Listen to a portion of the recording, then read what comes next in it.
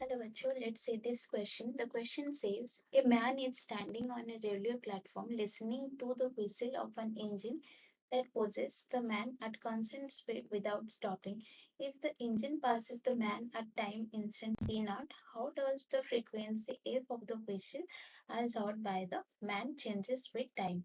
तो यहाँ पे बोल रहा है कि एक प्लेटफॉर्म पे मैन खड़ा है और वो दूर से व्हिसल की आवाज सुन रहा है।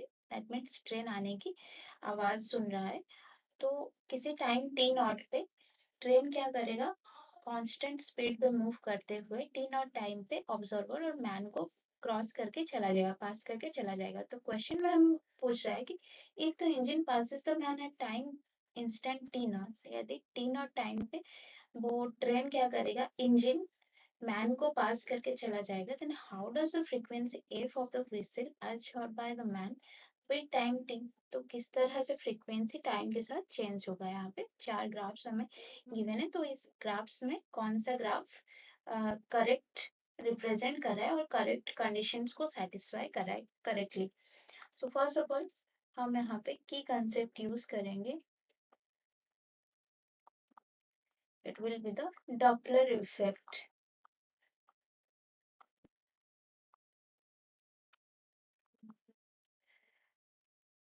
तो डॉपलर इफेक्ट क्या है? It is the change in the observed frequency of a wave when the source and observer moves relative to the medium। तो यहाँ पे जब सोर्स और observer relative to the medium move कर रहे होंगे दोनों, तो उनकी चेंज इन फ्रीक्वेंसी हो रहा मतलब होता है, उसको हम डॉपलर इफेक्ट कहते हैं। सो यहाँ पे जो frequency of the whistle as detected by the observer और मैन क्या हो जाएगा, जब ट्रेन ऑब्जर्वर की तरफ मूव कर रहा होगा, it moving towards the observer, when train moving towards the observer, तब उसके अपरेंट फ्रीक्वेंसी क्या हो जाएगा। यहाँ पे केस वन पे हम कंसीडर कर रहे हैं, when train moving towards the observer, तब अपरेंट फ्रीक्वेंसी क्या हो जाएगा, new not which is the actual frequency into v divided by v minus vs। यहाँ पे v क्या है, it is the speed of the sound in air और medium, और vs क्या है, this is the speed of the source, और हम इसको बोल सकते हैं स्पीड ऑफ द ट्रेन, जिस स्पीड से व्हिसल मूव कर रहा है। तो यहाँ से न्यू हो जाएगा, new naught v by v minus vs, इसको हम इक्वेशन वन कंसिडर कर रहे हैं। देन केस टू में क्या हो जाएगा, केस टू क्या होगा, when train receives the observer, और जब ट्रेन ऑब्जर्वर और मैन को पास करके उससे दूर चला जाएगा, तब उसकी फ्रीक्वेंसी क्या हो जाएगा, व्हेन ट्रेन मूविंग अवे, और हम बोल सकते हैं रिसीड्स द ऑब्जर्वर और मैन, तब उसकी फ्रीक्वेंसी अपरेंट फ्रीक्वेंसी क्या हो जाएगा, nu is equal to nu naught v by v plus v s। हम यहाँ पे फ्रीक्वेंसी न्यू की जगह f कंसिडर करेंगे, क्योंकि हमारे पास क्वेश्चन में f ही दिया हुआ है, फ्रीक्वेंसी को f कंसिडर कर रहा है। सो हम यहाँ पे कंफ्यूज ना होने के लिए फ्रीक्वेंसी को f कंसिडर कर रहे हैं। सो यहाँ पे फ्रीक्वेंसी क्या हो जाएगा, this is the apparent frequency of case two. तो यहाँ पे क्या हो गया, F naught v divided by v plus ps। तो दोनों केस में हम देख रहे हैं इफ नॉट क्या है, this is the actual frequency, दोनों केस में ये क्या होगा, कांस्टेंट होगा। v भी क्या होगा, this is the speed of the sound in air, ये भी कांस्टेंट होगा।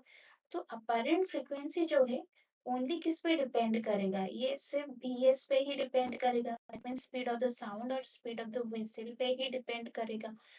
और क्वेश्चन में हमें गिवन है कि ट्रेन क्या कर रहा है, कांस्टेंट स्पीड से मूव कर रहा है, दैट मीन्स ये vs चेंज नहीं होगा। दैट मीन्स जब तक ट्रेन ऑब्जर्वर को पास नहीं कर देता, पास नहीं करता, तब तक क्या होगा, ये फ्रीक्वेंसी कांस्टेंट रहेगा। जब वो ऑब्जर्वर को क्रॉस करेगा एट दैट इंस्टेंट, उस टाइम पे फ्रीक्वेंसी क्या हो जाएगा, v plus v divided by v plus vs। That means ये फ्रीक्वेंसी क्या हो रहा है, डिक्रीज हो रहा है। यहाँ पे ये क्या हो रहा है, अपरेंट फ्रीक्वेंसी केस 2 में डिक्रीज हो रहा है। दैट मीन्स जो t2 time, t not time के बाद, after t not time, after t not time, t not time, apparent frequency f will decrease, decrease and remain constant। Decrease करके वो भी कांस्टेंट रहेगा क्योंकि वहां पे भी ट्रेन की स्पीड कांस्टेंट है। तो हम अभी ग्राफ्स देख लेते हैं।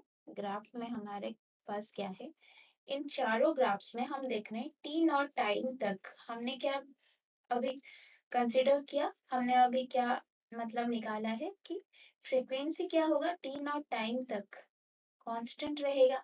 ये चारों ग्राफ्स में से ये सेकेंड ग्राफ में क्या कर रहा है, फ्रीक्वेंसी डिक्रीज कर रहा है। यहाँ पे थर्ड ग्राफ में भी फ्रीक्वेंसी इंक्रीज कर रहा है, फोर्थ ग्राफ में भी इंक्रीज कर रहा है।